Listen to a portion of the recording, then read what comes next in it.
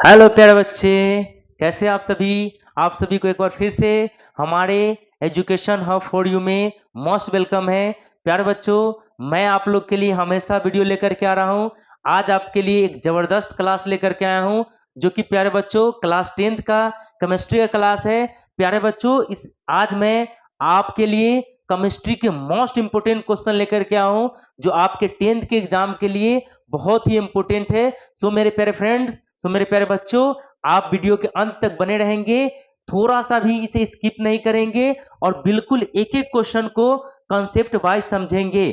तो चलिए प्यारे बच्चों, हम पहला क्वेश्चन की तरफ बढ़ते हैं। ठीक है, तो आइए बोर्ड की तरफ देखते हैं। तो ये रहा मेरे प्यारे बच्चों पहला question, A B plus C D equal to A D plus C D अभिक्रिया का नाम बताएं। तो प्यारे बच्चों, ये कौन सी अभिक्रिया है, इसका नाम बताना है। तो आइए हम इसको समझते हैं। ये ए बी हो गया और ये सी डी हो गया, यहां पे बन रहा है A D plus C D. तो आप जरा ध्यान देंगे कि ए बी एक तत्व है और बी एक तत्व है, और दो तत्व आपस में संयोग करके यौगिक का निर्माण करते हैं, और इधर भी एक यौगिक हो गया। तो अब प्यारे बच्चे ध्यान दें कि ए का रिएक्शन हो रहा है डी के साथ, और सी का रिएक्शन हो रहा है, ए का रिएक्शन सी के साथ, और सी का रिएक्शन हो रहा है प्यारे बच्चों बी के साथ, है ना।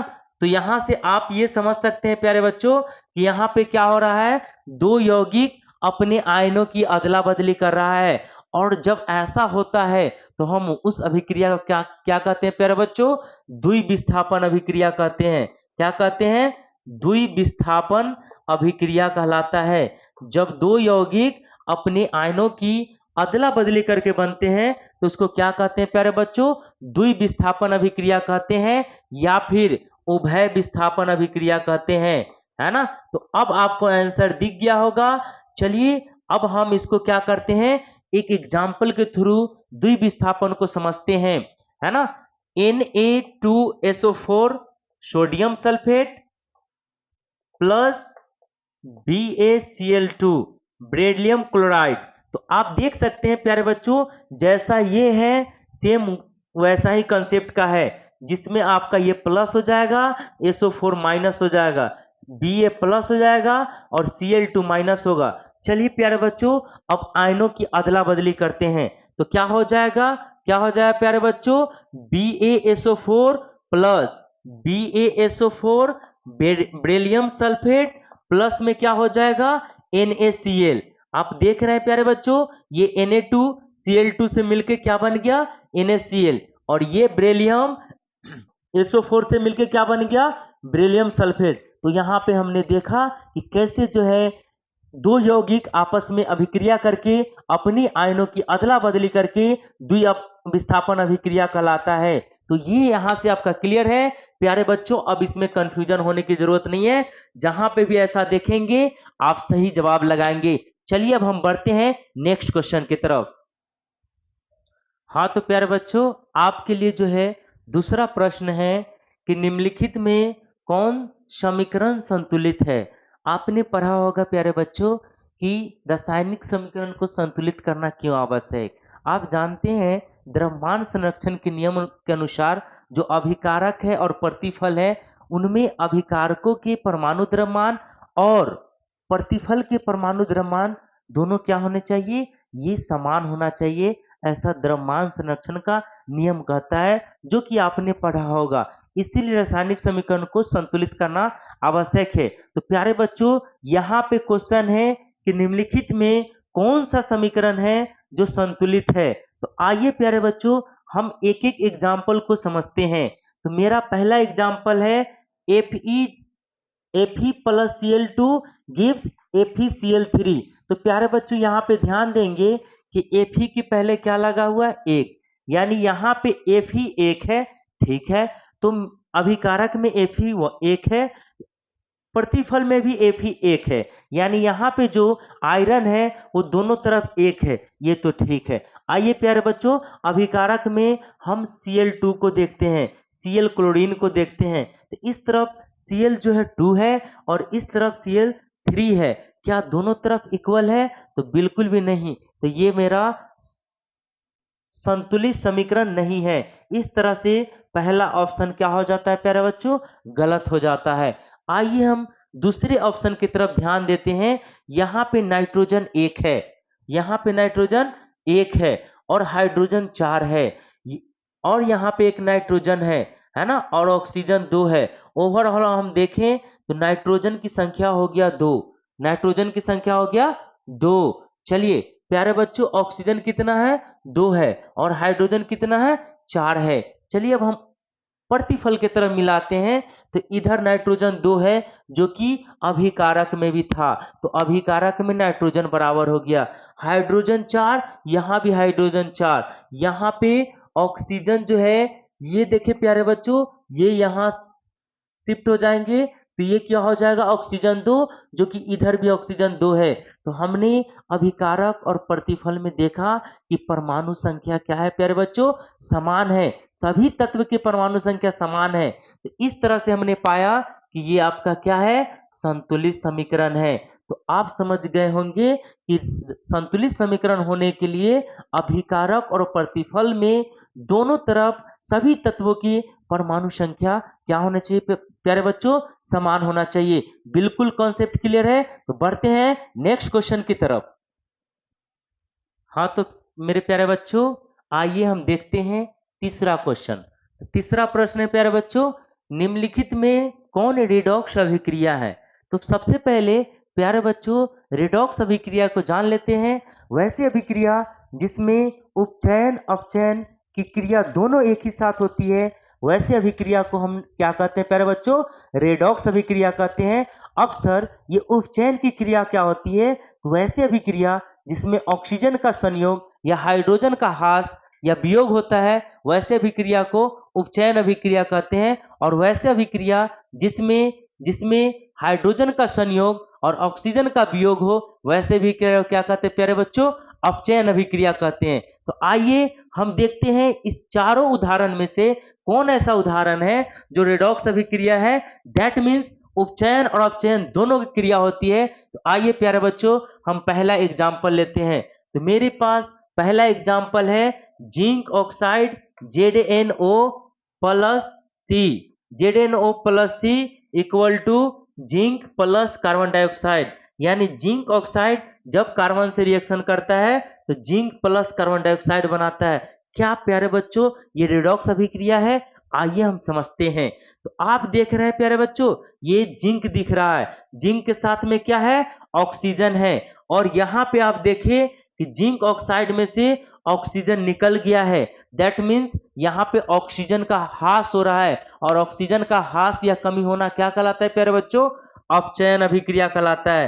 तो हमने ये देखा कि यहाँ पे क्या हो रहा है, अपचयन की क्रिया हो रहा है। चलिए प्यारे बच्चों अब ये देख रहे हैं ये कार्बन है और कार्बन के साथ में कौन जुड़ रहा है, ऑक्सीजन। तो हम यहाँ पे प्यारे बच्चों ये देख रहे हैं कि कार्बन के साथ ऑक्सीजन का संयोग हो रहा है, और ऑक्सीजन का संयोग होना जुड़ना क्या कहलाता है प्यारे बच्चों, उपचयन कहलाता है ना। तो प्यारे बच्चों पहला ही एग्जाम्पल से क्लियर है कि ये कौन सा अभिक्रिया है, रेडॉक्स अभिक्रिया है, क्योंकि इस एग्जाम्पल में दोनों क्रिया हो रही है। तो प्यारे बच्चों हमें दूसरा तीसरा और चौथा एग्जाम्पल देखने की जरूरत नहीं है। तो चलिए हम नेक्स्ट क्वेश्चन की तरफ बढ़ते हैं। चलिए आइए प्यारे बच्चों, तो हम बढ़ते हैं चौथा प्रश्न की तरफ। निम्नलिखित में कौन विस्थापन अभिक्रिया का एक उदाहरण है।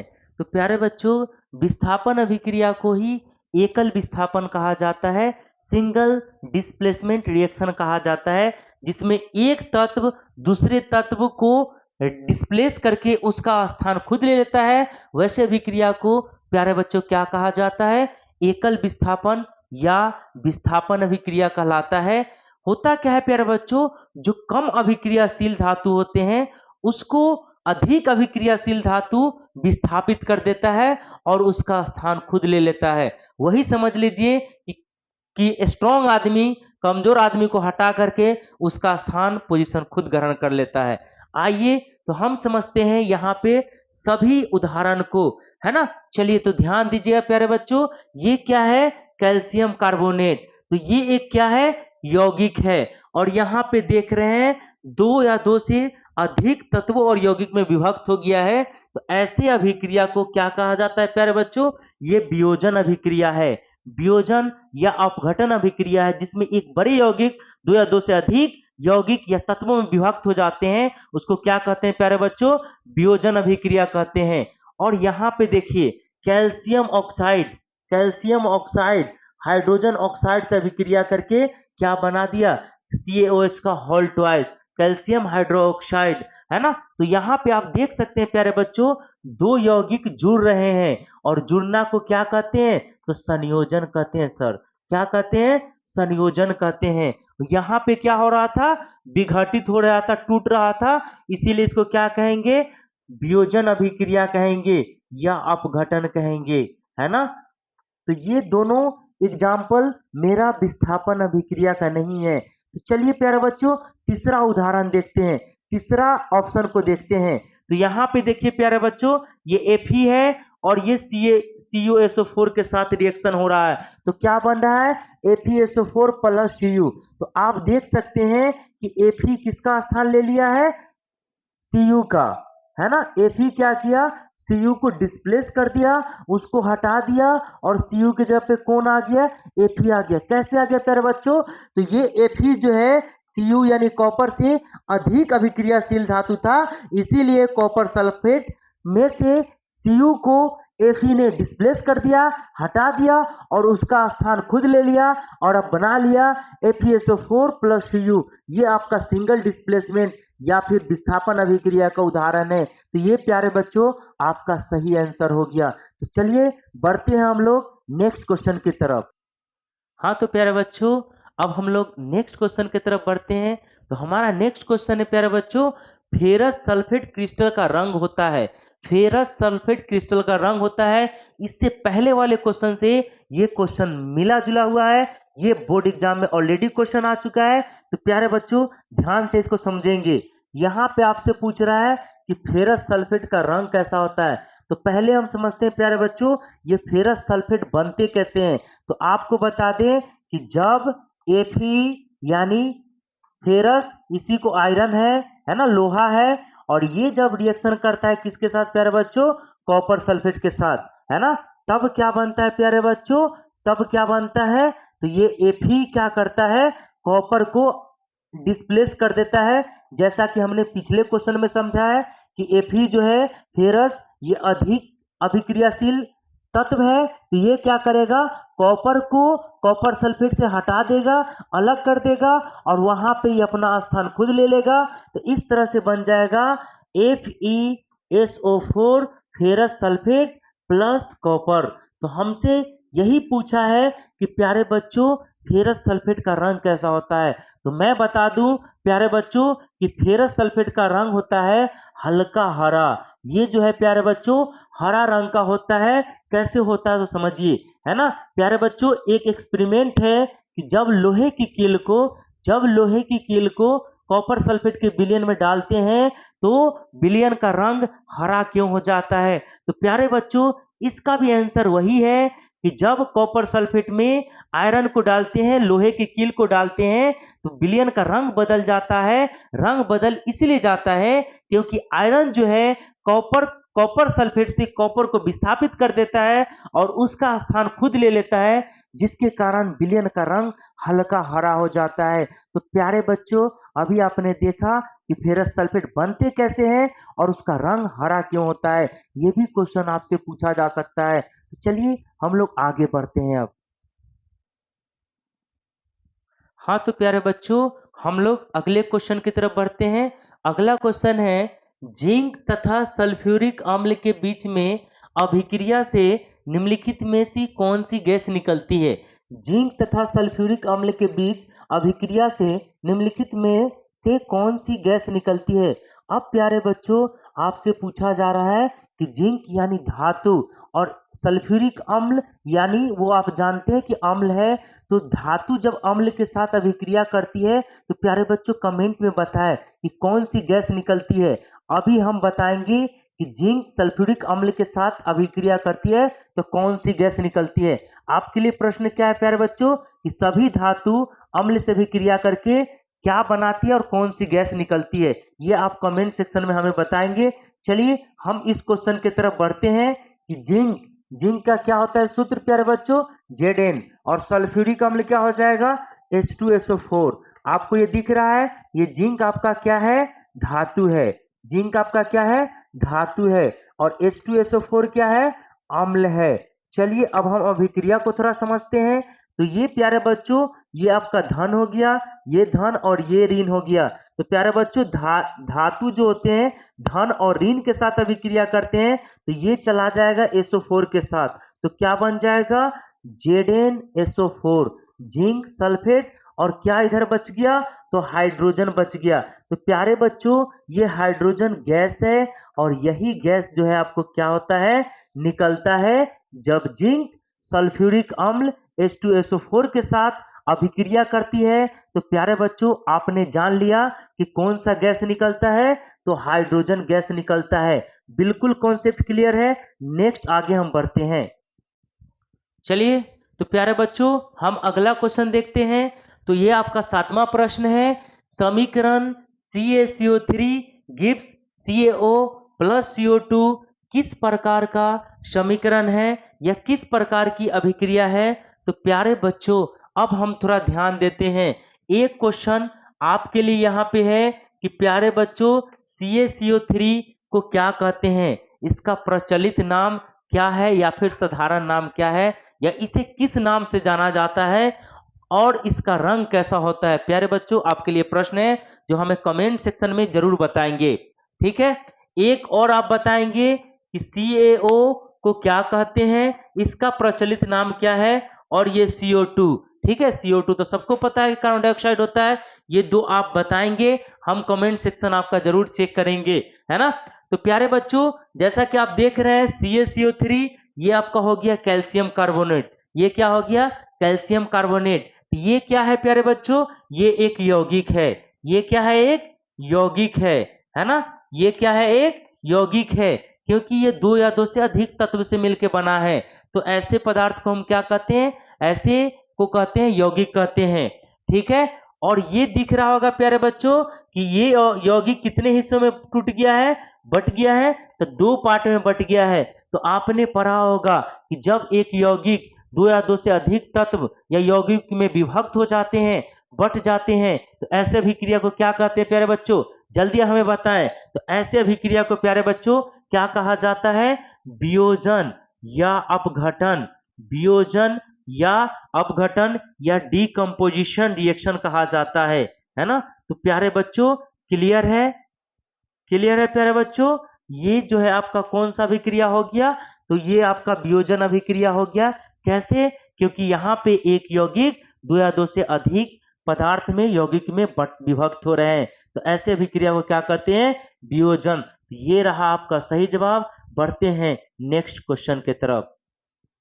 हाँ तो प्यारे बच्चों आपके लिए नेक्स्ट प्रश्न है, निम्नलिखित में कौन बुझा हुआ चूना है, निम्नलिखित में कौन बुझा हुआ चूना है। ये प्यारे बच्चों बहुत आसान क्वेश्चन है, कहीं ना कहीं सबको पता होगा, लेकिन प्यारे बच्चों इससे रिलेटेड मैं आज को आपको बहुत क्वेश्चन बताने वाला हूं, इसीलिए चलिए आइए देखते हैं, है ना। यहाँ पे आपसे पूछा गया है कौन बुझा हुआ चूना है। सबसे पहले मैं बात करता हूं CaO की। प्यारे बच्चों याद कीजिए कैल्शियम ऑक्साइड ये होता है आपका शुष्क चूना, ये आपका होता है ड्राई, ये आपका सूखा होता है, और ये प्यारे बच्चों ये पाउडर फॉर्म में आता है।